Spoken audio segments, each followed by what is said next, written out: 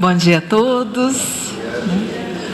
Vamos começar essa manhã, agradecendo por nós estarmos aqui nesse domingo tão bonito, com o céu azul, depois dessas canções todas que vão acalmando o nosso coração. E, como de costume, vou ler aqui uma mensagem do livro Vida Feliz, da Joana de Ângeles, antes de fazer a nossa prece inicial. Abri na mensagem que diz o seguinte: a juventude do teu corpo é breve, utiliza para armazenar valores eternos. O verdor dos anos passa com celeridade, porém, os compromissos firmados se alongam por toda a existência. Tens cuidado com eles. Os bons serão sentinelas da tua jornada, abençoando-te as horas, e os maus se transformarão em cobradores impiedosos, perturbando-te a paz. Coloca sinais de luz pela senda, significando conquistas do terreno percorrido. Mantém-te jovem em todas as idades, através de uma consciência sem remorsos e de uma conduta reta. Façamos a nossa prece inicial, então, agradecendo a Deus, Pai de amor e de bondade, por todas as luzes que nós recebemos incessantemente do alto, por essas energias amorosas que nos envolvem nesta casa, nesse instante, por termos certeza que o nosso Mestre, amigo Jesus, e os nossos mentores espirituais estão sempre ao nosso lado, nos orientando, nos intuindo, nos protegendo e nos apontando o melhor caminho. E nós te rogamos, Senhor, que agora, nesse estudo que nos foi preparado com tanto carinho, que nós consigamos apreender todas as informações, todos os sentimentos, todas as orientações que nos vêm do alto, para sermos mais felizes, mais equilibrados e mais fiéis a essa fé que nós abraçamos. Que assim seja. Quem fala para a gente hoje é o Wanderson, lá do Fé e Caridade. Seja muito bem-vindo, Wanderson. Obrigado. Bom dia, minhas amigas e meus amigos. Paz a todos. Bom que a gente está em casa, Passa o olhar assim, todos presentes, tem muitos amigos aqui, então é só alegria. Muito bem, vamos conversar então em torno dessa mensagem. Como todos nós sabemos, o benfeitor espiritual Emmanuel, ele traz uma riqueza, uma erudição muito grande dentro de todo o texto que ele desenvolve. Não há uma única mensagem dele, por menor que seja, que a gente não encontre muita luz, A gente não venha encontrar exatamente uma quantidade muito grande de ensinamentos. Não seria diferente hoje. E temos aqui essa mensagem, vós entretanto. Ele quer fazer uma advertência importante e nós vamos até conversar um pouquinho em torno disso aqui, que alguém teve a gentileza de colocar no quadro. Muito bom. Veja bem, aqui nós temos alguns destaques importantes dentro desse aspecto em que nós estamos aqui, em Romanos, que é o capítulo 15, mas é o versículo 1. É o primeiro versículo que foi separado na tradição das traduções, da organização dos capítulos em versículos. Isso é uma convenção internacional que vem acontecendo ao longo de alguns séculos. Nós que trabalhamos com a tradução do João Ferreira de Almeida, que é Revista e Corrigida, que é aquela que a União Espírita Mineira também trabalha. Porque as atualizadas, elas têm problemas para o nosso entendimento, fazer uma leitura dentro do Novo Testamento ou mesmo da Bíblia, há algumas dificuldades. E essa revista e corrigida, chamada ARC, que é Almeida, porque a tradução do João Ferreira de Almeida, esse português, praticamente é o primeiro e a mais importante delas, ela ocorreu no século XVIII. Essa é a tradução, não é uma coisa do século XX, século passado. é algo que vem atravessando o tempo e todas as vicissitudes, e hoje é uma organização em torno disso. Emmanuel esteve muito atento a isso, mas lembrando o que fala a benfeitora Joana de Ângeles na mensagem psicografada por Divaldo, que está colocada na série de 7 volumes, o Evangelho por Emmanuel, nós vamos ver lá no penúltimo parágrafo que ela faz uma observação que o benfeitor, de posse dos originais no mundo espiritual, fez as observações, as anotações que ele apresenta para nós, de um estudo de mais de 1000 versículos dentro do Novo Testamento, incluindo as cartas e o Apocalipse, que foi organizada nessa coleção que a Federação Espírita Brasileira publicou. E aqui há que considerar o seguinte: ele fala fortes para suportar as fraquezas dos fracos. Quase que uma redundância, mas ele confirma essa ideia. Ele está se referindo ao quê? É o que é falado no 14, no capítulo 14. Então é como uma conclusão aqui.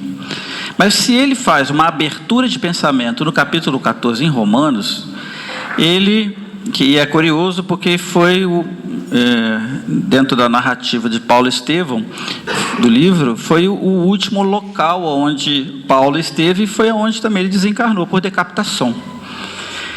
E ele vai dizer que, em relação à fé, primeiro, que não se deve julgar, admoestar, criticar a fé dos fracos. O que seria isso?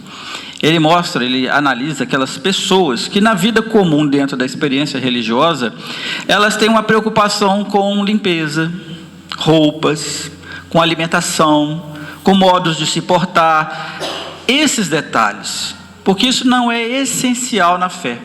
Isso, em termos de fé, comer ou não comer carne, que é uma discussão que ele aborda no 14. Outros preferem legume, outros preferem carne, outros preferem tal vestimenta. Isso para a fé não faz diferença nenhuma. Mas as pessoas, para se comunicarem a Deus, ele reforça que aqueles que estão com a fé forte, porque é a prática do bem, não precisa mais dessas chamadas fraquezas, porque ela não é uma essência na fé, né? A alimentação, por exemplo, vou manter esse exemplo, ela, para o forte, isso é indiferente. Ele está mais preocupado na síntese da fé ou da vivência da fé, que é amar o próximo como a si mesmo. Isso daí é o ponto que ele destaca, inclusive. E ele, no capítulo 15, ele volta a falar disso, volta a trazer isso. Então, para nós, veja bem, e ele, da mesma forma que a gente não tem que ficar agradando a nós mesmos, o que seria isso? É o gosto de criticar, é o gosto de ficar falando mal, de ficar apontando, de ficar mexendo na vida alheia. Deixa cada um seguir o próprio caminho do jeito que for melhor. Na síntese da sabedoria de Francisco Cândido Xavier, ele diz assim: é melhor ficar em paz do que ter razão. Mas se Deus que é Deus deixa, o que a gente não vai deixar? É o que Paulo fala aqui para a gente. Então vejamos, para nós aqui, dessa experiência que todos nós temos da doutrina espírita, porque afinal de contas, em que constitui a revelação da doutrina espírita? Por que é uma revelação?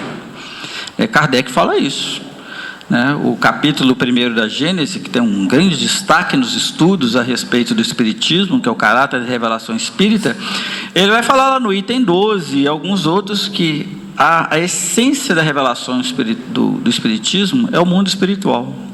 É mostrar essa relação entre os espíritos e nós e eles.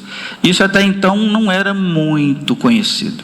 Quando nós olhamos as tradições religiosas ou espiritualistas do passado, isso não era colocado de uma maneira muito clara, era muito vago. A própria maneira de abordar os fenômenos mediúnicos, eles eram muito limitados. Havia isso ficava em círculos muito fechados, um pouco acesso, ainda que a mediunidade ela não parasse de acontecer. Ela não parou. A mediunidade é dada às pessoas como é dada a visão, a audição, e ela é genética, ela tem base genética, né? A gente tem que ter gene para ter uma mediunidade dessa ou daquela característica, porque o corpo é esse veículo para a gente ser esse intermediário entre o mundo espiritual e o mundo material.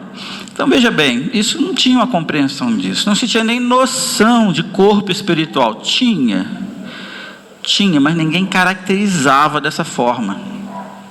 Não tinha uma palavra, não tinha uma ideia. Daí a razão de ser de Kardec em trazer o Espiritismo para o terreno filosófico, como ele fala várias vezes, seja na introdução do Livro dos Espíritos, ele vai também reforçar isso na introdução da codificação várias vezes, na Revista Espírita também, com o objetivo de mostrar que nós primeiro aprendemos a entender e vivenciar uma experiência religiosa pelo entendimento. Eu tenho que entender do que se trata. Eu tenho que saber o que é aquilo para eu poder acreditar com razão, com entendimento, com juízo, sabendo o que se passa aquilo. Fica muito mais fácil acreditar, porque você acredita pelo fenômeno. Há quem diga que se tivesse o fenômeno para todo lado, as pessoas acreditariam. Não acreditariam. Há fenômenos acontecendo. Eu me lembro de um caso de uma senhora que nos procurou, porque fenômenos de efeitos físicos estavam acontecendo na casa dela. Ela não era espírita, mas pela amizade ela falou: vamos, dá uma ajuda aqui, vê o que é isso que está acontecendo.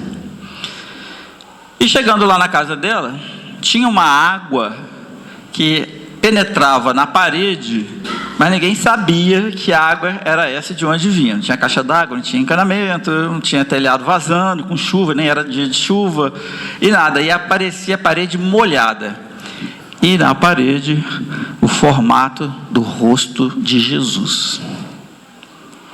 Aí ela falou assim: mas não é só isso não, Wanderson. Ela pegou uma caixinha onde tinha umas pétalas de rosa branca, estavam murchas, mas todas elas no formato que é conhecido do rosto de Maria de Nazaré, em grande quantidade assim. E ela orava muito, pedia muito a Deus, mas era uma pessoa muito pura de coração, de vida e de tudo, mas ela não entendia o fenômeno. Aí ela chamou, no caso ela era católica, chamou as autoridades católicas na cidade, que com todo muito cuidado, aquela história, porque a visão deles de que isso é milagre, e não existe milagre, a gente sabe disso dentro do ponto de vista da doutrina espírita, que está tudo dentro da lei da natureza. Então ninguém inventa uma lei para poder fazer um milagre que seja fora do alcance de qualquer pessoa. Então não existe exceção, já que milagre é entendido dessa forma. E ali, aquela beleza. E de quando em quando esse perfume de rosa branca aparecia dentro do ambiente, para todo lado. Então as pessoas acreditam. Não, ninguém na família acreditava, nem as autoridades. Já tivemos a oportunidade de ver objetos flutuando. Isso é radical, né? A pessoa, você está, não é? E quando isso é no supermercado, na frente de todo mundo, quando eu tive a oportunidade de perceber. Imagina um objeto flutuando como daqui até você, João, para cá. Ali. Todo mundo ficou estupefato quando isso aconteceu. O ferro elétrico veio cair no meu pé, assim, saiu da caixa lá e caiu aqui. Né? Mas, para mim, o que eu fiz? Peguei o ferro elétrico, voltei com ele para a caixa, não ia comprar ferro elétrico naquele dia no supermercado, então não levei o ferro elétrico. Não sei se alguém queria que eu levasse ferro elétrico, mas não era necessidade. Mas foi à vista de todo mundo, estava na fila, cheio de gente, todo mundo estupefato com o negócio. E fica estupefato, mas não era para ficar. Quando a gente estuda e vai entendendo, são fenômenos. Não só fenômenos, mas não falar mais de fenômeno não, tem outros, mas a gente, quem sabe, encaixa mais. Então, aí Emmanuel pergunta: com que objetivo adquire o homem a noção justa da confiança em Deus? Os espíritos, e a gente vê isso muito na obra psicológica da benfeitora Joana de Anjos, eles usam expressões complexas que são formadas de palavras que se justapõem umas às outras e formam uma outra ideia. Essa ideia de noção justa da confiança, se você abrir o Google e perguntar assim: o que é isso? Ou a inteligência artificial, o que é isso? Noção justa da confiança. Isso é uma figura jurídica. Você vai lá, qual que é a noção justa da confiança? A boa fé. Ou a relação entre um e outro, aí vamos expandir isso, entre uma e outra pessoa, cujo entendimento é compartilhado e respeitado por ambas as partes. Então há uma compreensão mútua.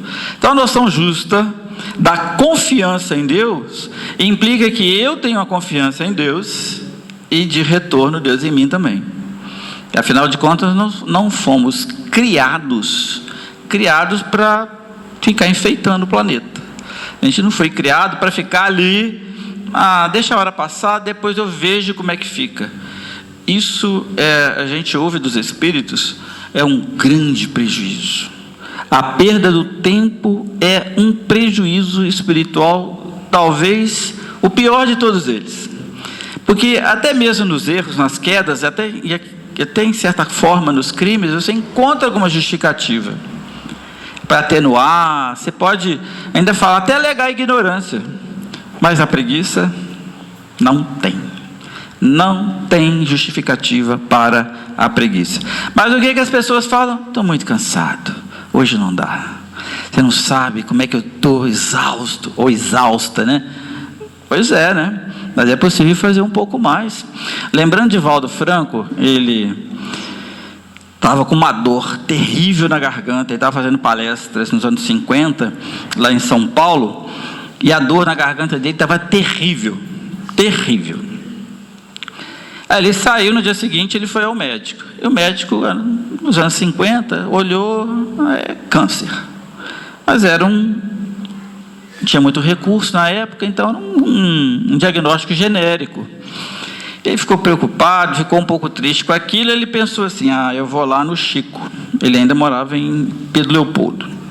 Afinal de contas, Chico, né, gente? Né? E ele então sai da cidade lá de São Paulo e vai para Pedro Leopoldo. Aí ele chega lá, tem trabalho do Chico no Luiz Gonzaga, em que o Bezerra de Menezes estava passando o receituário. Ele falou assim, ô Divaldo, fala um pouco para a gente aí. E ele começa a falar. Ele olhou no relógio, já estava falando há 2 horas, de 8 às 10. Ele falou assim, nossa. Ele encerrou. Quando ele estava preparando para encerrar, o Chico falou para ele assim, continua, meu irmão, porque a gente precisa de você falando, porque tem um trabalho aqui que continua. Ele foi falando, mas a garganta dele já estava naquele jeito. E ele, naquela dificuldade, já era meia-noite, não aguentava mais, estava falando há 4 horas. Quando ele encerrar, aí o Chico passa para ele um papelzinho assinado pelo Bezerra, assim, gostaríamos muito que o nosso irmão continuasse falando. E ele continuou falando. Lá pelas 2 horas da manhã, já tinha dispensado todo mundo no Luiz Gonzaga. Aí acabou a reunião, o Chico falou assim, que bom, meu filho, agora a gente pode ficar junto. Vamos aqui para minha casa, que era do lado, lá em Pedro Leopoldo. Aí ele diz o seguinte, que ele foi entrando, junto com o Chico, o irmão dele, o da Xavier, que ainda estava encarnado, e uma outra pessoa, eu acho que era o sobrinho dele, e aí eles foram lá para o quarto do Chico. Era aquela casinha muito pobre, e ele viu o sobrinho do Chico pegando aquele cobertor peleja, aí começou a enfiar assim na janela, nas gretas da janela, o cobertor peleja, foi fechando aquilo tudo ali. Aí pegou um outro também, vedou na porta, e o Chico falou assim, senta aqui. Ele sentou numa cadeira, e o Chico sentou numa outra cadeira, ao lado de uma cômoda. E o Divaldo viu que ele se jogou sobre a cômoda e era escuridão total, não tinha mais nada. Ele entrou em prece, porque o Chico pediu para ele fazer uma prece, ele estava em prece. Aí ele ouve uma voz assim, e então, Divaldas, como você está? Ele titubeou assim, aí ela falou, pode abrir o olho. Aí ele abre o olho, e quem está à frente dele? A Sheila. Aí, os espíritos, quando materializam, eles têm um cuidado de dosar a luz que sai do perispírito dele de uma forma muito gentil. Então, normalmente, a luz que eles emitem nesses ambientes de materialização é na cor de uma lâmpada vermelha, essa irradiação, para não ferir muito os nossos olhos. Então, ela falou assim: o que você tem? Minha garganta está ruim, não sei o que e tal. Ele reclamou que essa hora a gente aproveita para falar de si mesmo, contar alguma história e reclamar bastante. Ali não tinha muito espaço, mas ela falou assim: deixa eu olhar sua garganta. Abra a boca. Ele abriu a boca, ela olhou, aí tirou do bolso uma lanterninha que é semelhante às lanterninhas nossas a laser. Que imagina isso nos anos 50, gente, na segunda metade, com a lanterninha a laser. Nem laser ainda só vai aparecer de fato, de forma científica, industrial, a partir do início dos anos 60. Então, aí ela olhou e falou assim para ele: abra a boca. Eu vou aplicar isso na sua garganta. Vai doer muito. Pronto? Pronto. Aí ela deu 2 aplicações laser na garganta dele. Ele deu um berro, mas um berro que acordou Pedro Leopoldo inteiro. Naquela época a cidade era muito pequena, né? Então, né? Ele, nossa, que coisa terrível. Ela, calma diante dele, falou assim: deixa-me ver. Vamos aplicar mais. Porque pediu antes para ele falar. Fala para mim. Falou, não estava direito. Então vamos aplicar mais. Mas ele já sabendo do negócio, segurou mais esse berro. Já a segunda vez, doeu do mesmo jeito, mas não foi tanto. Ela pede: fala, e ele fala. Estava normal. Aí conversou um pouquinho com ele, em certo momento ele falou assim, porque as flores começaram a cair no ambiente, ele falou assim, ela perguntou se ele queria alguma coisa, ela falou: pode dizer. Ela falou assim: a senhora é da região tal, né, próxima aos Alpes e tudo, e tem uma planta lá, melhor, uma flor, que tem até uma música linda, chamada Edelweiss. A flor, ela é muito singela, mas muito significativa na região, e o significado dela, e ele queria essa flor, se ela podia trazer essa flor. Ela falou perfeitamente, esfregou a mão assim, caiu um monte de Edelweiss.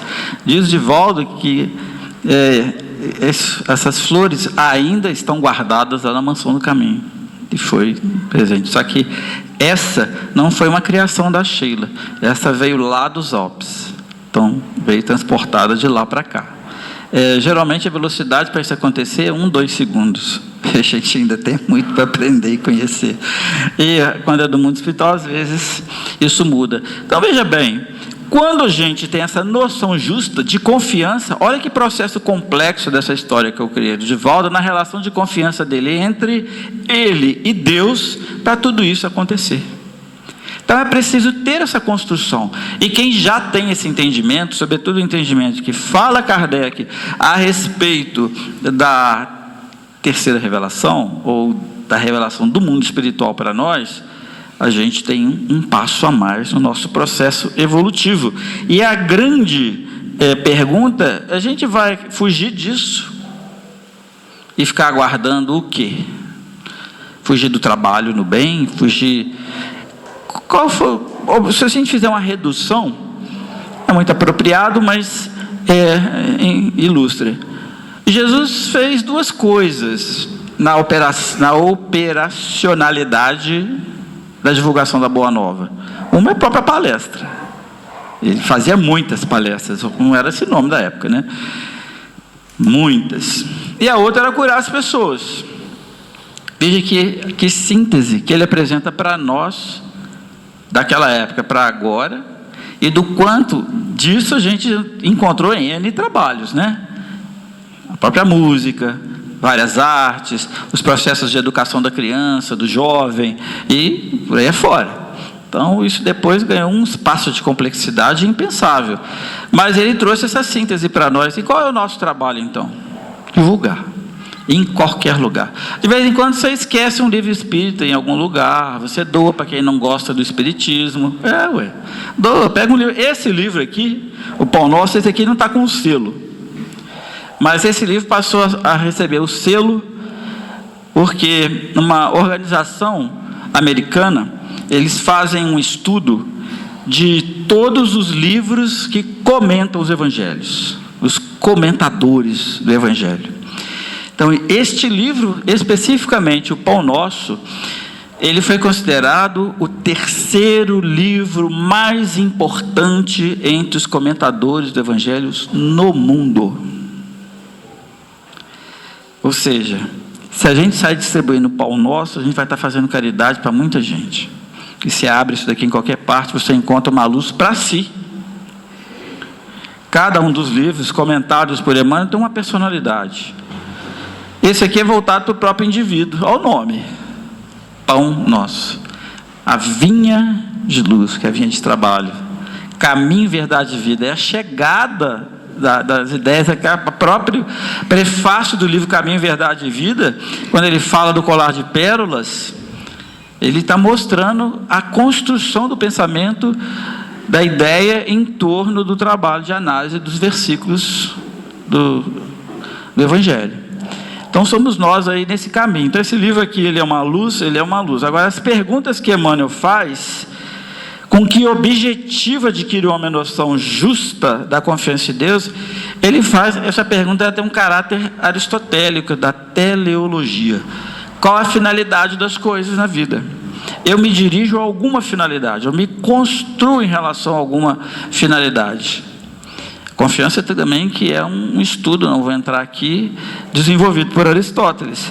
Então essa preguiça do indivíduo não é compreensível. Não é. Cada um tem que achar uma maneira de ser útil ao próximo e de esclarecer o próximo. Porque eu posso trabalhar com o meu dinheiro, eu compro víveres, compro material de limpeza, compro uma fralda, compro o que for, e entregar. Isso é um socorro válido? É claro, é claro. Mas vale uma pergunta honesta aí: eu iluminei quem recebeu? Transferi alguma luz espiritual para essa pessoa? Ah, mas como é que eu vou fazer? Conversa um pouquinho. Às vezes a pessoa está só precisando de um estímulo, está só precisando de um gesto, um sorriso, um abraço rapidinho, uma coisa bem simples, ou um cumprimento. Esse contato com a pessoa dá a ela, psicologicamente falando, a noção de um ser existente. É uma condição fenomenológica. Você encontra com alguns pensadores qual é a razão de ser do ser humano. A razão de ser do ser humano é o próprio ser humano. E nisso ele encontra a razão de ser do seu viver. É a ideia. Se você pensar, mas tudo é para o ser humano? Tudo. Pensa bem, quem constrói um avião para se deslocar de um lado a outro numa região com centenas de pessoas? É para pessoas. Não é para robôs. Carros no mundo são para pessoas. Construções e toda a tecnologia que se envolve em todos os setores de hospitais, de vários estudos. A agricultura é para quê? Pessoas. Exploração de petróleo, para quem? Pessoas. Tudo é o ser humano. Não existe, mas tudo é para isso. As maravilhas que a gente encontra nas pesquisas astronômicas, ou mesmo nas leis da física, e são coisas assim que são impressionantes, que pede um conhecimento muito grande, muito grande. Então nós temos hoje o quê? Olha a câmera, o tamanho da câmera hoje filmando. Quem se lembra quando elas começaram? Tijolão duplo, né? Enorme. Depois foi diminuindo, mas ainda assim ela era... Hoje tem a GoPro, que é pequenininha, filma do mesmo jeito, né? Movimento. E vai tudo miniaturizando. Mas essa miniaturização, a doutrina fala que o pequeno está no grande? Fala. O Pai Nosso Jesus fala, assim na terra como no céu. Então o que tem aqui, tem lá, o Pai Nosso já está falando isso. Ah, tem cidade aqui? Então tem lá, porque tem lá. É assim na terra como no céu. Todos nós, então, vivemos dentro de um ambiente em que tudo é voltado para o ser humano. E por que não haverá de ser para socorrer, ajudar e iluminar o ser humano? Deixá-lo em desamparo de si mesmo, quando o próprio benfeitor Emmanuel fala no livro Fonte Viva, ajudemos a vida mental, É preciso ajudar a vida mental das pessoas. Nós encontramos as pessoas hoje com muita ansiedade, porque nós somos chamados a aprender muita coisa num curtíssimo espaço de tempo. Nossa, você chega hoje diante de alguns programas simples, aplicativos simples, você fica ali igual, você não sabe o que é aquilo, você fica olhando, como é que eu vou mexer, por onde que eu começo, por onde que eu termino, por onde que eu mudo. E tem muito atalho, tem que memorizar tudo isso, essa sequência toda, em todos eles. Isso faz bem para a cognição, não tenha dúvida nenhuma a esse respeito. Mas é uma condição que a gente deve entender o quê? Que tudo isso é um traço do céu que Jesus colocou para nós. É um traço do céu. Então nós temos maravilhosos telescópios que estão sendo construídos lá no deserto de Atacama, nos pontos mais altos dos Andes naquela região. Por causa do clima seco, é um deserto que não chove há mais de 80 anos. Então não tem concentração pluviométrica. Então esses grandes telescópios como se fosse um clube, né, de vários países, fazem parte da construção, inclusive o Brasil, que está entregando uma tecnologia fantástica em torno da leitura, um equipamento desenvolvido pela USP, que vai ser possível ler a energia mais remota do universo, do que se sabe hoje, né? Que se você olha a imagem de Andrômeda, publicada ao tempo de Kardec, é um borrão, gente. Não sei se alguém já viu. A imagem da galáxia Andrômeda é um borrão. E era tido como uma experiência, Observatório de Paris, onde Camille Flammarion estudou e trabalhou a vida toda, e muito limitado.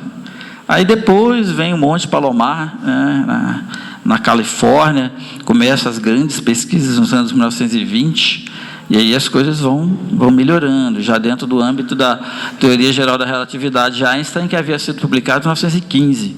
Então são caminhos que Jesus vai dando para a gente, e a gente ignora isso e sai matando um ao outro, sai fazendo toda espécie de barbaridade, de coisas impróprias. Então não é isso que se espera do discípulo de Jesus. Um aluno, e pode ser lá na nossa classificação aqui, no pré-jardim, né? Que nem no jardim ainda não é, né? Pré-jardim, tem tudo para se aprender. E é um nada, por mais que a gente saiba aqui, ainda é um nada. Por isso, esse sagrado auxílio que a gente recebe do Senhor, sobretudo dentro do conhecimento espiritual, porque os instrumentos filosóficos, religiosos, já vou explicar, e científicos que a doutrina espírita nos dá, são extraordinários para o nosso progresso espiritual. O que seriam os progressos científicos? É uma coisa bacana, porque Kardec, ele estabelece um novo processo de epistemologia, de formação do conhecimento científico, de filosofia da ciência. E ele tem por base um princípio, hoje a gente pode falar do princípio da indeterminação de Heisenberg, mas na época não tinha essa noção, que é conhecer o que é incerto. Kardec fala isso? Fala. Você quer fazer uma pesquisa em torno da mediunidade. A gente vê isso com Crookes, a gente vê isso com o Cesare Lombroso, a gente vai ver isso com a turma que estudou, Aksakov e outros, Antônio Joaquim Freire, Portugal. Aí, dá para controlar a pessoa? Dá para controlar o espírito comunicante? Não dá.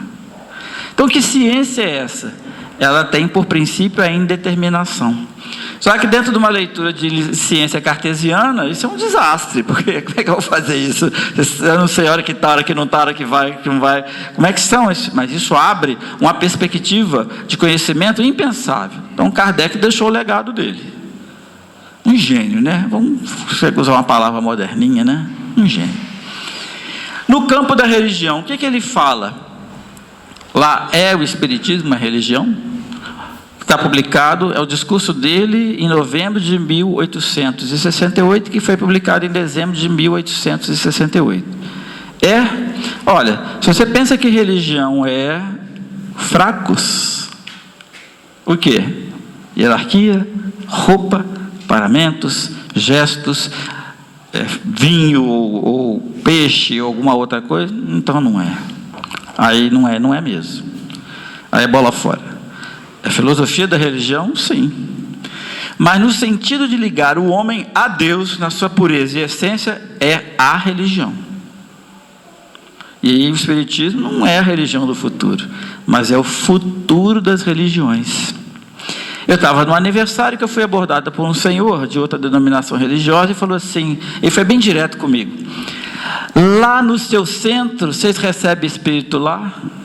Sim, tem uma reunião própria para isso, que é reservada, com os médiuns.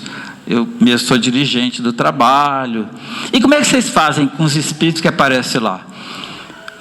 Eu falei, olha, o que Jesus recomenda. A gente trata com amor, trata com carinho, trata com respeito, doa a ele um entendimento do Evangelho e a gente conversa e depois conversa com outros. Ele ficou parado, pensando. Eu aproveitei e falei assim, e lá na igreja de vocês, como é que vocês fazem? Quando chega lá a gente toca tudo de lá e vai embora. Então pensa bem, a doutrina espírita chega e fala assim, pera lá, vamos reviver o Evangelho de Jesus, vamos tomar conta disso. É assim, é o melhor caminho, porque é o amor da parte de quem doa para quem está precisando receber. Então essa oficina de redenção em que nós nos encontramos, a gente tem que amar muito, não por espírito proselitista, que o do espiritismo não é proselitista, não é. O livro dos médiuns está lá nos primeiros capítulos mostrando isso. Quer ser, seja, não quer, não seja. Vou obrigar alguém a ser, vou falar, não perca tempo. Isso não é o ponto da pessoa. É justo que a gente deixe, isso é um dever nosso, os princípios às mãos, para a pessoa acessar. Aquela que não acredita ou tem dúvida ou qualquer outra coisa, que ela possa ver. A turma da educação aí sabe o nome disso, é letramento. A criança está se alfabetizando, né? O letramento, a casa com muito livro, com muito assunto, muita letra em volta, ajuda na alfabetização, na fixação. Então põe uma frase lá, como fez Divaldo. Ele fazia isso a vida inteira. Ele escreveu: bem-aventurados os pobres de espírito. E ficou pensando, ele fazia isso uma vez por ano. Então ele trocava a frase uma vez por ano. Aí ficava lá e tal, e passou um ano e tirava. Então, bem-aventurados os pobres de espírito. Quando ele tirou, dona Amélia Rodrigues chegou para ele e falou assim: bem-aventurados os pobres de espírito, nesse mundo de espíritos tão pobres. Opa, dá para ficar mais um ano, então, a frase, pelo menos. Mas é isso.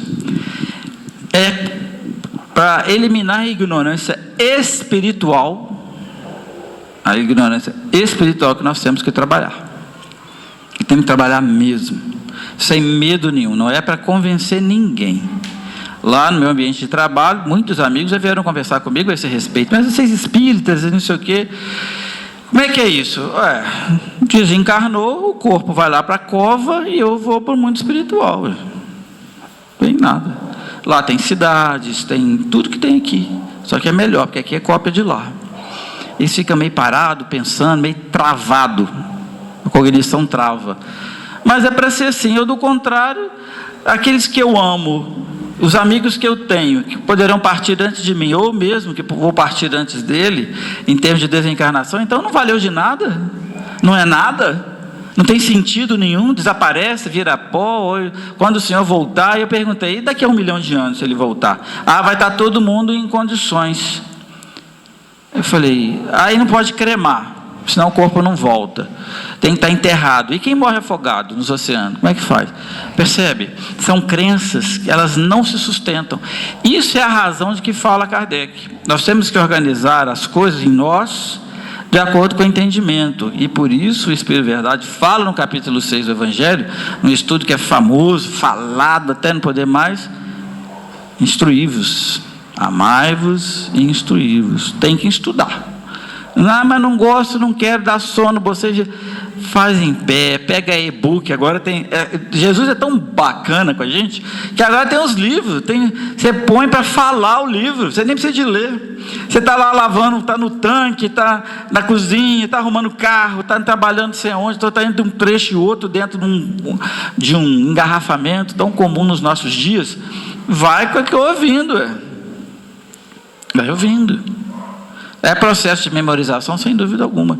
Melhor ainda quando a gente pode ler e falar e ouvir.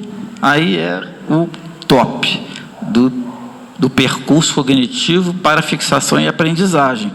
Então, dar-se a Cristo, entregarmos a Jesus, como é que é isso? Eu quero dar a minha vida a Jesus. Como é que a gente faz isso? Tem que trabalhar pelo estabelecimento do reino dele. Como é que ele ensinou que faz isso? Para Pedro. Como? Apacenta as minhas ovelhas. Mas para apacentar alguém, o que é preciso?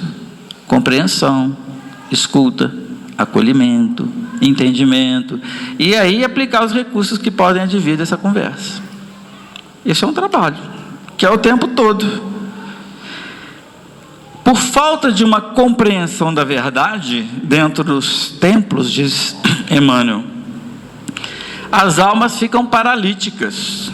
Imagina, desencarnar, ficar esperando por tempo indefinido para acordar, é gravíssimo. Lá no livro Mensageiros, a gente encontra, lá no Campo da Paz, nós vamos lá com Alfredo, André Luiz, Aniceto, Vicente, ao quê?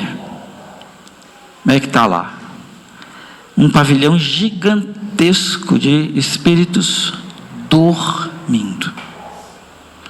Até a prece da Ismália, ela faz uma prece lá em certo momento para ajudar muitos espíritos, traz um recurso imenso do mundo superior, eles se sentem tocados, mas depois voltam a dormir.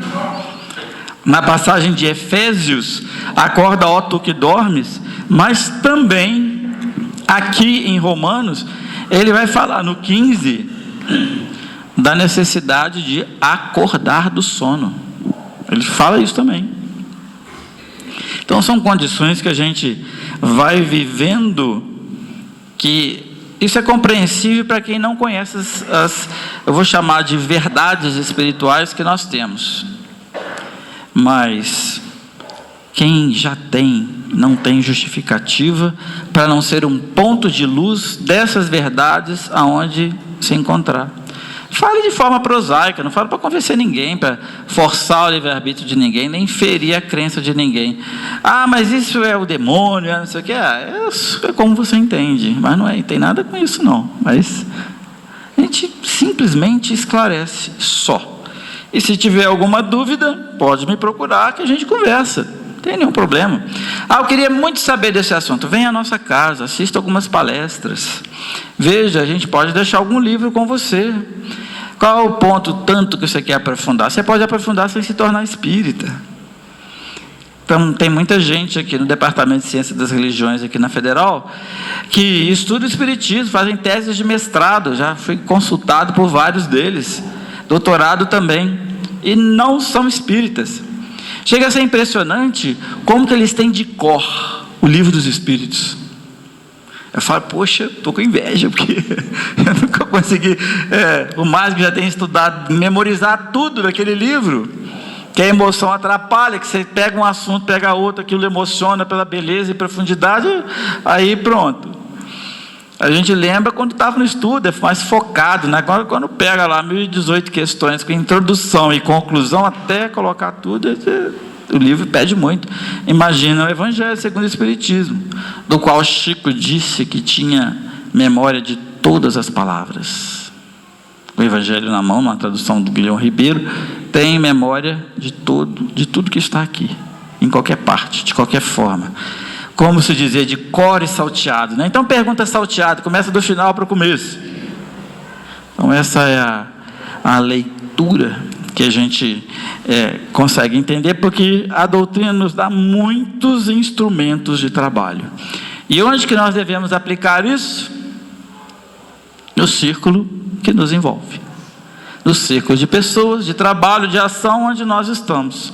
Então, se você é um rapaz, uma pessoa que atende no açougue, ofereça o melhor possível ali, ou na padaria, ou no supermercado, ou na oficina mecânica. Seja ali o ponto que você entrega a luz para quem chega ali. E pronto, deixa a semente fazer o trabalho dela.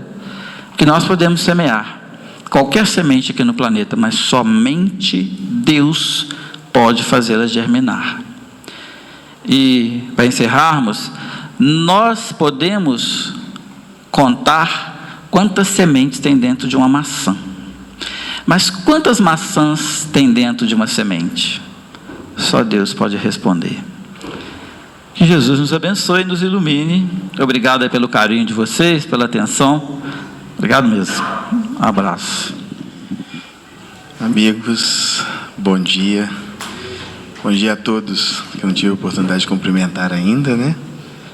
E nós vamos agora rogar a Jesus que abençoe a caminhada do Wanderson e também nos preparar para fazermos a nossa prece, seguidamente iniciarmos a aplicação de passes. Aqueles que desejarem, né, podem aguardar no salão, que seremos convidados aí aos grupinhos de 9. Aqueles que desejarem simplesmente ficar ouvindo a musiquinha, usufruindo da ambiência que nos é preparado, podem ficar à vontade também. Aqueles que desejarem retornar aos lares, que levem o coração cheio de paz e de esperança, né? E ratificando a fala do Wanderson, que Jesus é muito bacana conosco, cuida muito de nós e certamente nesse instante está entre nós, que foi a verdade que Ele nos deixou, né? Que toda vez que nós nos reuníssemos em Seu nome, Ele estaria conosco, cuidando de nós, para que nos tornemos fortes, né? Fortes na esperança, fortes na fé, fortes na resignação, fortes na condição de podermos amar os nossos irmãos como a nós mesmos, né? E ao nosso Pai, acima de tudo. E finalizando, estamos fazendo um convite para que vocês leiam com atenção os panfletinhos que nós vamos ter a oportunidade de distribuir, já é o do próximo mês. Na frente temos o roteiro aí das palestras, dos irmãos que estarão conosco. E atrás, gente, temos toda a programação da casa, com os estudos, com o nosso Evangelho no Lar, que ocorre online todas as terças-feiras. E eu gostaria também de fazer um convite. Estamos retornando com a nossa atividade de atendimento espiritual todas as quartas-feiras, às 20 horas. Nós temos uma pequena reflexão de meia hora e depois a aplicação do passe, né? E é um momento muito bacana, estão todos convidados. Eu gostaria só de ir aproveitando, sem alongar muito, já que estaremos agora na aplicação do passe, ler um trechinho aqui do Emmanuel, que diz assim: assim como a transfusão de sangue representa uma renovação das forças físicas, o passe é uma transfusão de energias psíquicas, com a diferença de que os recursos orgânicos são retirados de um reservatório limitado, e os elementos psíquicos o são do reservatório ilimitado das forças espirituais. Esse texto está no livro O Consolador, na questão 98. E aí a gente coloca assim também: nesse momento, que é o momento, né, da aplicação de passe, que é o momento que a gente vivencia aqui na quarta-feira, nesse momento de silêncio, prece e confiança em Deus, somos envolvidos pelas energias salutares da espiritualidade amiga, favorecendo o equilíbrio do corpo, da mente e do espírito. Se você busca amparo, serenidade ou simplesmente um instante de paz interior, venha. Nossa casa é um espaço de acolhimento, fraternidade e amor. Estamos todos convidados a estarmos com Jesus. E nesse instante, com os nossos corações em prece, a nossa mente envolvida pelas vibrações amigas, pelas vibrações desta manhã, desse céu azul, desse sol que irradia bondoso e generoso lá fora. É que nós, Senhor, nos colocamos a agradecer e a rogar que a Tua paz esteja conosco, nos permitindo alívio e renovar da esperança, para que, fortalecidos, sigamos a nossa jornada, a nossa caminhada, e que nesse instante de prece, Jesus, possamos nos colocar aptos, receptivos às emanações que vibram através da Tua misericórdia em favor de todos nós, e que a Tua paz, Jesus, nos sustente e nos oriente na nossa caminhada. Muito obrigado, assim seja.